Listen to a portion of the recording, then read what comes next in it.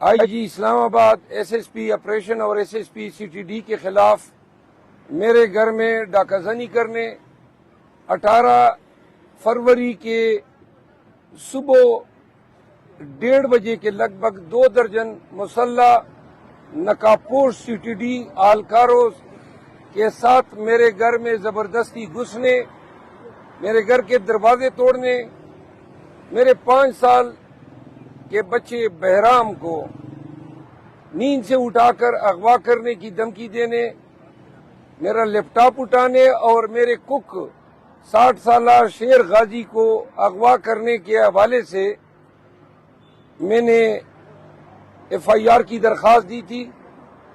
Police نے اپنے افسران کے خلاف پرچہ درج نہیں کیا، جس پر میں ہائی کورٹ آیا۔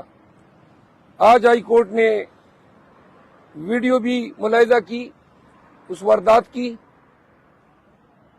جو جرائم آئی جی اسلام آباد نے کیے ہیں ان کی سزا عمر قید بنتی ہے۔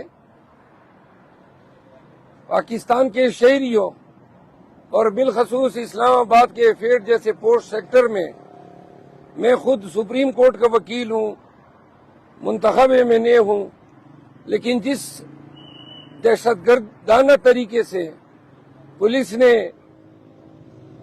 ارتکاب جرم کیا ہے، اس پہ عدالت نے بھی افسوس کا اظہار کیا اور حکم صادر کیا کہ اگر میرا کک آج واپس نہیں آتا ہے تو پھر پولیس کے اعلی حکام S S P C T D, S S P operation عدالت میں خود پیش ہوں گے، اور ساتھ ہی پرچہ نہ درج کرنے پر ایس ایچ او مارگلہ کو کل 10 بجے عدالت میں طلب کیا ہے۔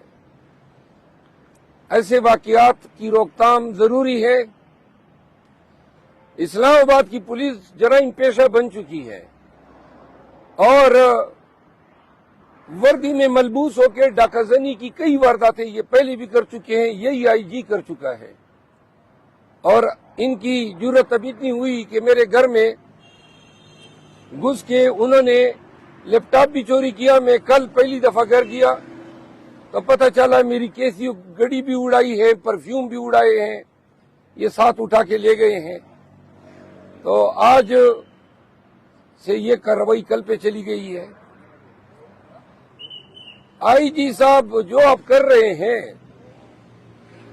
یہ جرائم ہے، آپ کے ماتحت ایس ایس پی آپریشن اور S S P C T D کو بھگتنا ہوگا۔ دوسرا، میں یہ واضح الفاظ میں اعلان کرتا ہوں کہ اگر میری ذات کو کچھ ہوا یا میں اسلام آباد سے اغوا ہوا تو اس کی ذمہ داری آئی جی اسلام آباد پر ہوگی، کیونکہ یہ واضح طور پر یہ اٹیمپٹ کر چکا ہے۔ میں اس معاملے کو نیشنل اسمبلی میں بھی اٹھاؤں گا، اس معاملے کو منطقی انجام تک پہنچاؤں گا۔ دوسرا، آج شہریار افریدی اور شاندانہ گلزار کے کیسز میں تمین عدالت کی کارروائی ہے۔ انشاءاللہ ان کیسز کی پیروی کے لیے بھی میں عدالت کی معاونت کروں گا، کیونکہ وہ کیسز میں نے دائر کیے تھے۔ رانا عامر شہزاد صاحب پی ٹی آئی کے 141 این اے سے کینڈیڈیٹ تھے سہیوال سے، 14,000 کی زیادہ ووٹوں سے وہ جیتے ہیں۔ وہی فارم 47 میں جیل سازی کر کے ان کو ہرانے کی کوشش کی گئی ہے۔ آج مقدمہ ہمارا فکس ہے، ہم توقع رکھتے ہیں کہ ان کے کیس میں بھی انصاف ہوگا۔ بلد صاحب بتائیے گا کہ رات کو دعا خیر ہوگی ہے پی ڈی ایم 2 کی، وہ کیسے سمجھتے ہیں کہ یہ ملک کیسے چلائیں گے پی ڈی ایم 2 آپ کے فارمولے کے مطابق؟ جس طرح انہوں نے پہلے چلایا 16 مہینے اور جو ابھی تک چلا رہے ہیں ان کے گماشتے کیئر ٹیکر بن کے، تو لہذا اگر جو نظر آ رہا ہے ساری جلد سازی نتائج میں ان چوروں کو لانے کے لیے کی گئی ہے، اور اگر یہ حکومت چلا سکتے ہیں یا ان میں اہلیت ہے تو 6 مہینوں میں واضح ہو جائے گا، لیکن ان کو اقتدار دینے سے قبل پاکستانیوں کو